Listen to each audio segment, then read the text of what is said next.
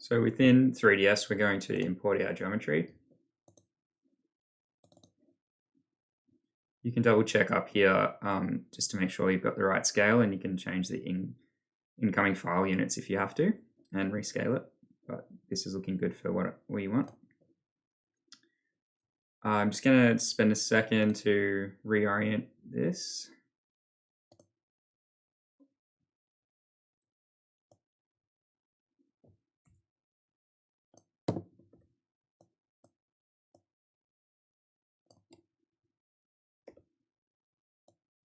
So we're creating a bit of a tower, and the base of our platform is going to be this section here. So I'm just trying to get that pretty relatively flat.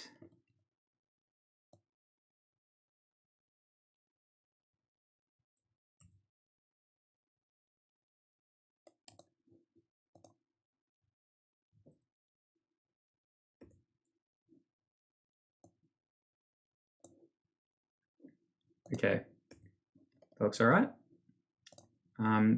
So what we're trying to achieve is sort of an organic look, a bit like this. So the basic process for creating this bio-rock is to create your frame from steel rebar, and then when you run a charge through it, it creates this sort of calcium buildup, and it's like quite strong structurally. So yeah, it looks quite organic, and TIFLO is going to be pretty helpful for this. So first of all, we'll just rename this the scaffolding. And we're going to use a copy of that to create the rebar. This just can be called mesh. Turn that off for now. And we want to add a tie spline mesher. We'll give that a radius of 0.5.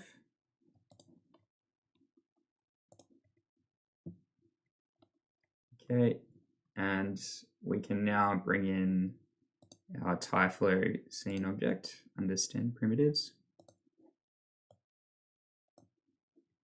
And then we skip across back to the modifier panel and open up the editor.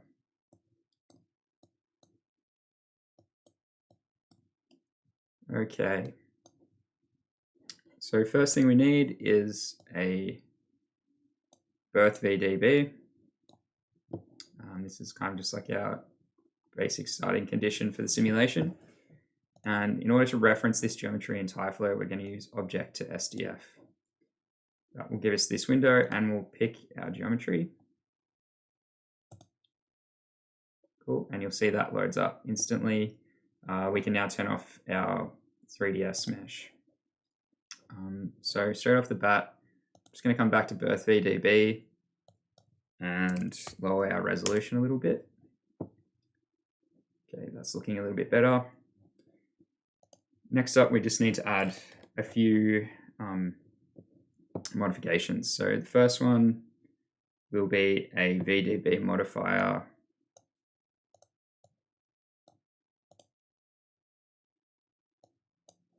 and we're going to set our vector operation to add.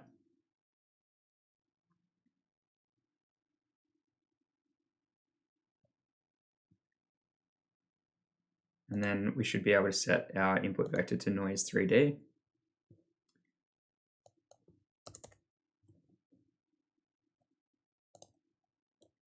For the strength, we barely want it to be on, so I'm just going to put 0.1. And all other settings can be left as default. Oh, except we're going to change this to cal.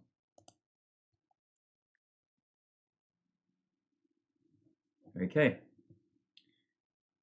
We need another modifier now just to kind of smooth this out a little bit. Oops. Yeah, it's looking a little bit rigid here. So for that, we can pretty much just leave this as standard, but we're also going to reduce our multiplier to 0.25, and that just means that from each frame in our simulation, it's going to give us a little bit more control over how this grows. We now want another modifier with just a straight noise on it. So for this, we actually use multiply. And we're going to set this to curl again, curlin. This time the strength will be 0.5. These inputs, by the way, will be kind of subject to your form and the exact look you might want for it. So, you know, these aren't hard and fast rules, they're just up to yours, but I found this kind of looks the best for what I'm trying to achieve with the bio rock. Okay, and we just need to now reduce our multiplier a bit to 0.5.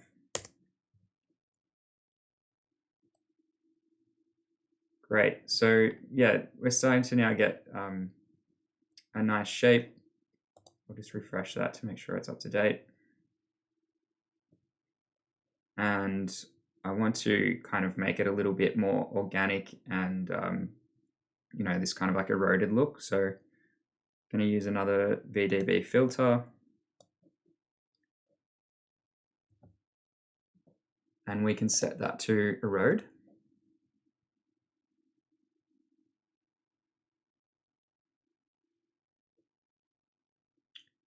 This width is going to be way too strong, so I'm going to drop this down to 0.1.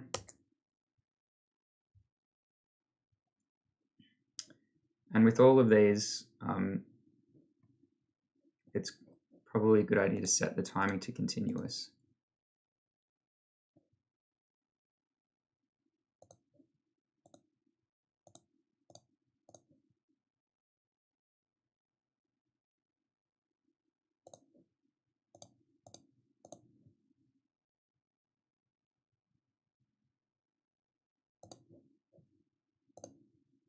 Oops.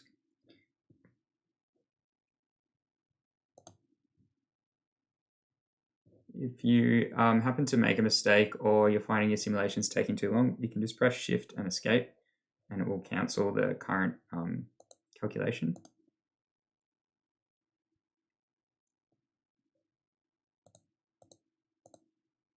And we just need to refresh that.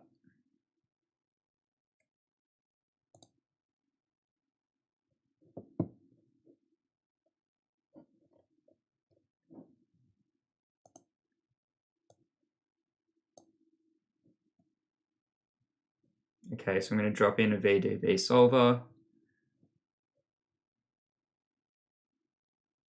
And that's looking pretty close to what I want. If we cycle through our keyframes here, I'll just bring this up to 3. It can be quite taxing on your CPU, so just be aware of that and, you know, just go up in small increments. This will probably take a second to load. We can see down here, yeah, it's just calculating it now.